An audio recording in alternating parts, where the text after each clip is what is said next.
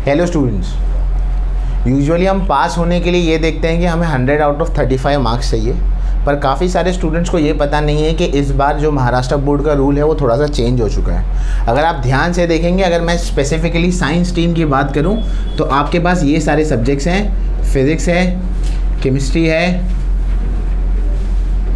Mathematics है और biology है। ठीक है, चलो फॉर एग्जांपल बात करते हैं कि थियरी और प्रैक्टिकल के ऊपर बात करते हैं। तो किसी एक सब्जेक्ट को ले लेते हैं और उस पर बात करते हैं। तो ऐसा होता है कि मैथ्स जो है वो 80 का होता है और उसका प्रैक्टिकल जो है आपका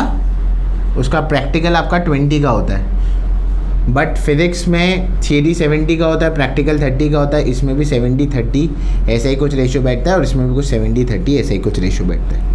ठीक है, मैं यहाँ पर स्पेसिफिकली साइंस स्टूडेंट को एड्रेस करने की कोशिश कर रहा हूँ। कॉमर्स के बारे में भी कुछ ऐसा ही होगा, पर यहाँ पर 70-30 को लेकर चलते हैं। अब 135 अगर आपको लाने हैं तो पहले ऐसा था कि आपको 70 में से उसका 35% यानी कि 70 का मिनिमम मार्क्स लाना होता था अलग से, और प्रैक्टिकल में अलग से लाना होता था। यानी कि आपको दोनों में सेपरेटली पास होना है। प्रैक्टिकल में अलग पास होना है, थियरी में अलग पास होना है। अगर आप प्रैक्टिकल में पास हो गए, थियरी में पास नहीं है तो भी नहीं आएगा। फॉर एग्जांपल अगर आपको फिज़िक्स के प्रैक्टिकल में 30/30 मिल गया, पूरा 30 में से 30 दे दिए, ठीक है ना, बट आपका ये हो गया कि थियरी में आपको 70 में से सिर्फ 10 मिल गया, तो आप पहले के रूल के हिसाब से फेल हो जाएंगे।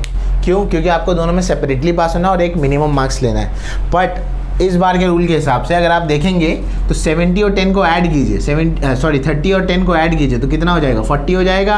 और हमें 100 में से मिनिमम कितना लाना होता है? 35। तो आप ओवरऑल क्या हो गए? पास हो गए। ये रूल आपको पता होना चाहिए। अब की बार आपको ऐसा नहीं करना है कि आपको प्रैक्टिकल में अलग पास होना है और थियरी में अलग पास होना है। यानी कि इसका मतलब ये है, अगर आपने प्रैक्टिकल में 30/30 स्कोर कर लिया, और सपोज करो इतना ऐसा करना नहीं है आपको, आपने 70 में से 5 मार्क्स भी ले लिए तो आप पास हो गए।